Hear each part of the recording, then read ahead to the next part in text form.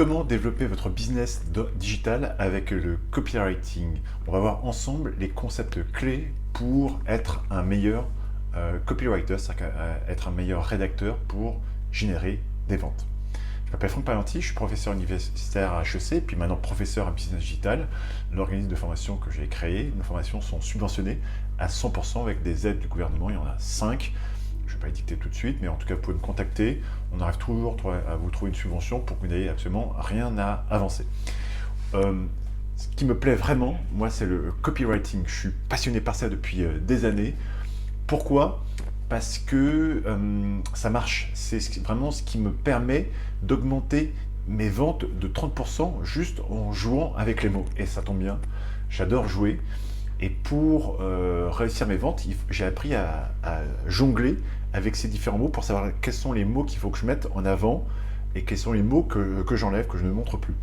Et pour ça, on va voir ensemble les astuces pour réussir être un bon copywriter et réussir ses ventes. Et pour ça, il y a principalement 3 choses. La première chose, c'est toujours très important de bien connaître son client idéal, son fameux persona. Ensuite, de mettre en avant les bénéfices de votre client et ensuite de faire passer à l'action et de vendre vos produits. Et pour réussir à vendre vos produits, il est d'abord important de créer des accroches. Et pour ces accroches, vous pouvez les faire via email en envoyant des cold mails ou ça peut être des publications pour les réseaux sociaux ou faire de la pub. Et pour faire du cold emailing, déjà vous avez un outil gratuit qui s'appelle Mergo que vous pouvez trouver sur le Chrome web browser, enfin non c'est le Chrome, comment ça s'appelle?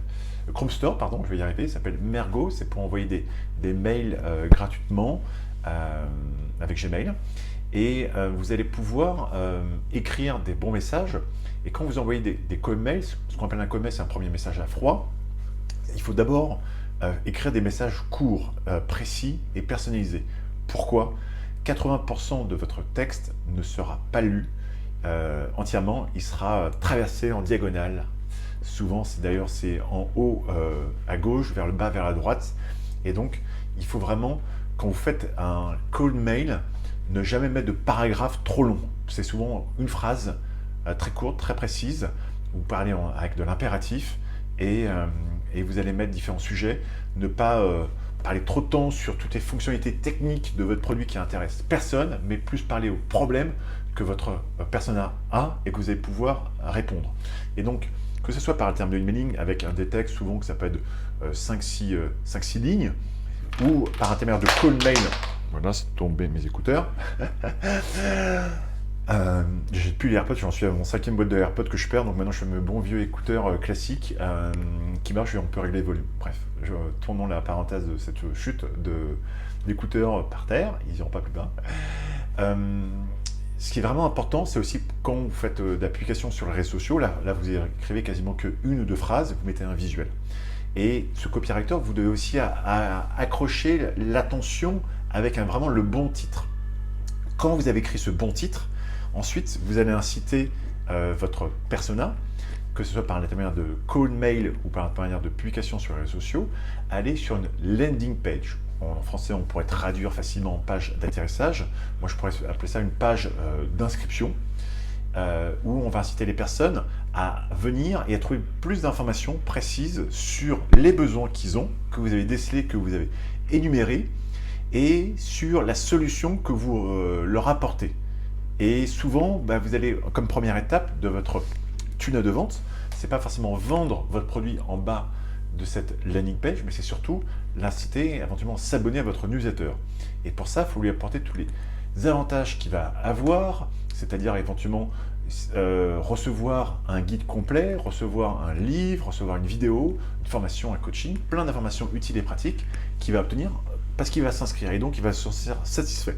C'est très important de faire relire votre texte. Donc moi je le fais relire souvent et forcément il faut promouvoir, je le dis tout le temps, l'A/B testing. C'est toujours quand vous faites une page, vous en faites une deuxième. Et vous allez amener 50% de votre trafic de l'emailing sur une page et 50% sur l'autre. Et pour les réseaux sociaux, vous faites la même chose. Et ensuite, vous allez voir qu'est-ce qui change. Et plutôt, c'est un lapsus, qu'est-ce qui est bon et pas, et qu'est-ce qui a changé. Et moi, je passe mon temps à changer les textes, et je change souvent en enlevant du contenu. Comme disait Antoine de Saint-Exupéry, la perfection, c'est pas quand il y en a plus, c'est plutôt quand, je sais plus comment il dit exactement, en fait, c'est pas qu'on en a rajouté plus, mais c'est qu'on en a vraiment enlevé le plus possible. Et donc, c'est vraiment votre intérêt, même sur une landing page, de faire le plus court possible. Parce que si vraiment les gens veulent avoir plus d'informations, ils vont vous contacter, mais je préfère donner peu d'informations, mais de façon bien précise, en parlant de votre persona, en parlant de ses bénéfices, que en parlant de moi, parce que j'ai besoin de faire une vente, et ainsi de suite. On peut faire un peu de storytelling, donc c'est toujours important d'expliquer la genèse de votre offre, pourquoi vous l'avez déterminé comme ça, mais c'est quand même important de susciter l'intérêt de votre client parce que vous lui répondez à un problème et vous lui apportez des avantages. Toujours mettre en avant les avantages. Et les listes à puces, ça marche toujours très bien. Il faut toujours être unique. Chaque page de vente est différente, donc ne jamais chercher à copier vos concurrents. Mais moi, je m'amuse à regarder les landing pages des autres organismes de formation pour voir comment ils proposent ça. On voit qu'il y en a certains qui sont de format très académique, il y en a qui tutoient, il y en a qui vous voient, il y en a qui en donnent des tonnes. Je vois par exemple pour s'inscrire des exécutifs MBA, oh là là, ça casse ma tête, très clairement.